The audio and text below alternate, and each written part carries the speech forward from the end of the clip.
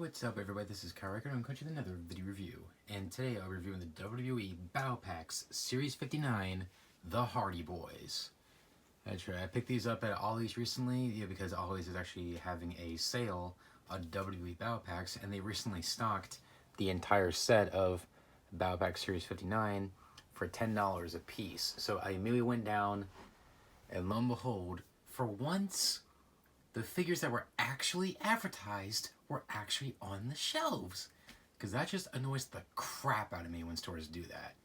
That they'll put an advertisement in the newspaper or something like that, and the pictures of the figures they have advertised are not the actual figures they have in stock, which is stupid.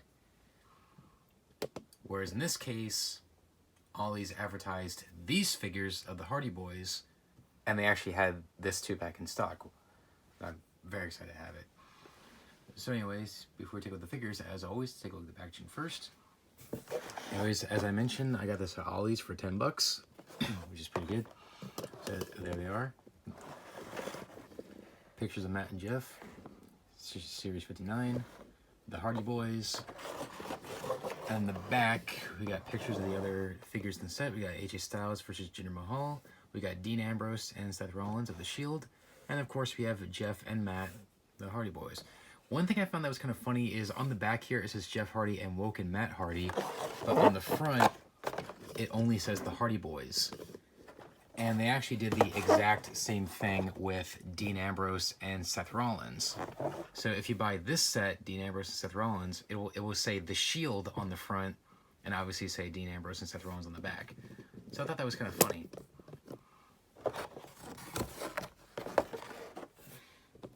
Alright, that's about it for the packaging, so let's open up Matt and Jeff and see what we got. We'll be right back. Alright, so here we have Matt and Jeff. Open up now the package. Now, even though this is pretty much a straight-up repaint of the last 2-pack that I reviewed, the Battle Pack Series 53, it's still a really, really awesome 2-pack. Alright, so first we're going to take a look at Woken Matt Hardy.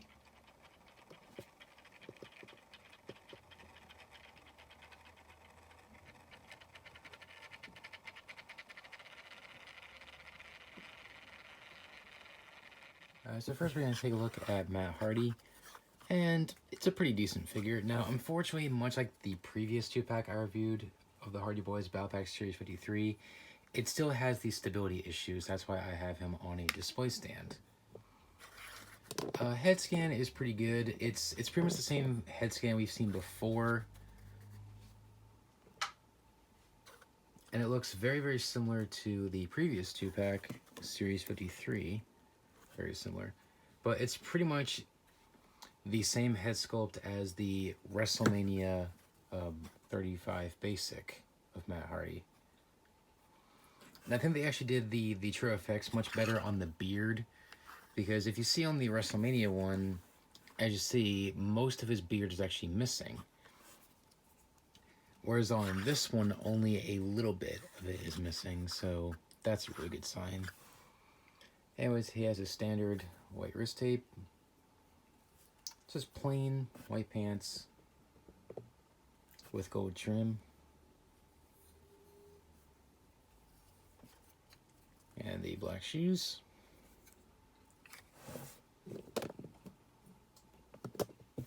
So, not a bad figure of Matt Hardy.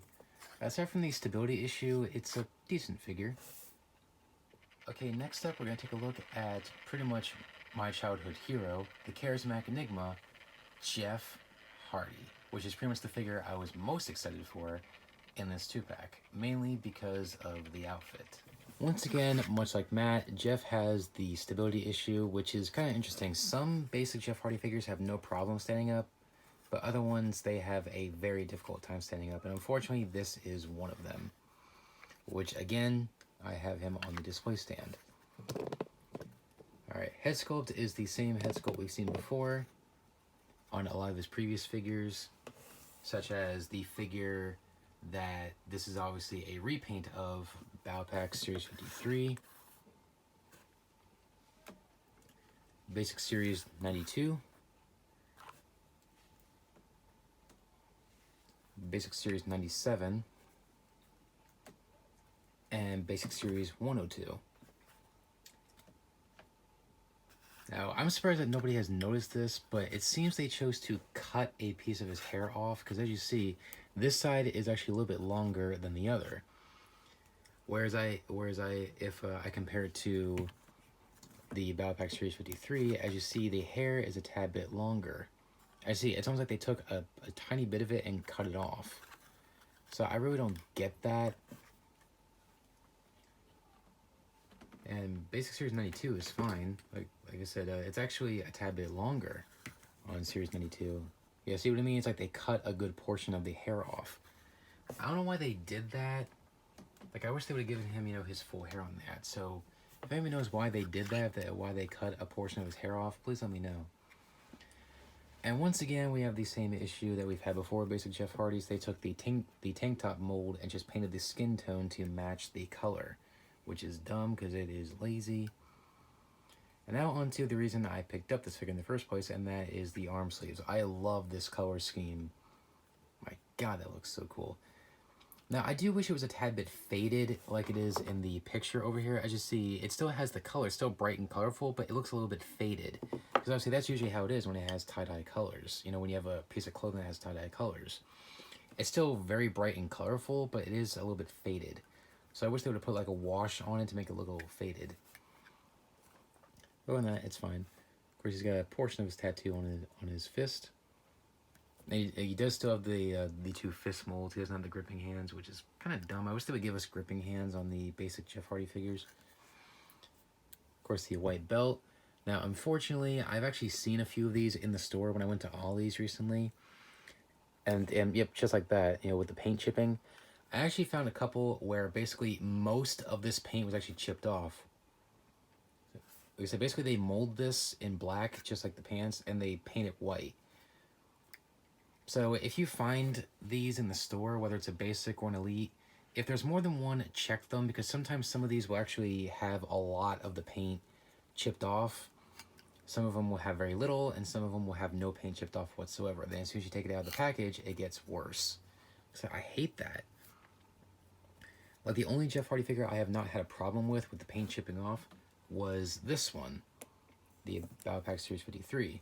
As you see, that even though the belt's different and it has the same paint, this one does not chip off at all. This one chips off all the time. Like, every time they give the studded belt, which is kind of dumb if you ask me. Anyways, has his standard black shoes, his black pants, and his standard black and white shoes, which he's worn pretty much his entire career. Articulation is pretty much what you would expect. I'll do it with Matt Hardy, because it's pretty much the same on both figures. Head can rotate 360 degrees, except his hair gets in the way a little bit, so be careful. Also, mine's kind of tight. It can't look down, and it can't look up either. Arms fully rotate 360, they can go in and out. Rotate at the elbow, bend at the elbow, swivel the wrist, and hinge, which mine's really tight, but some of them are actually fine. Of course, waist. Legs can go forward about that far, and back about that far. They can bend at the knee, and can kind of rotate slightly in the shoe, and that's really about it. So not too bad, pretty much what you'd expect with the articulation. So overall, this is a really good 2-pack. That even though it's pretty much just a repaint of the Battle Pack Series 53, aside from Jeff's belt, it's still a really, really solid 2-pack.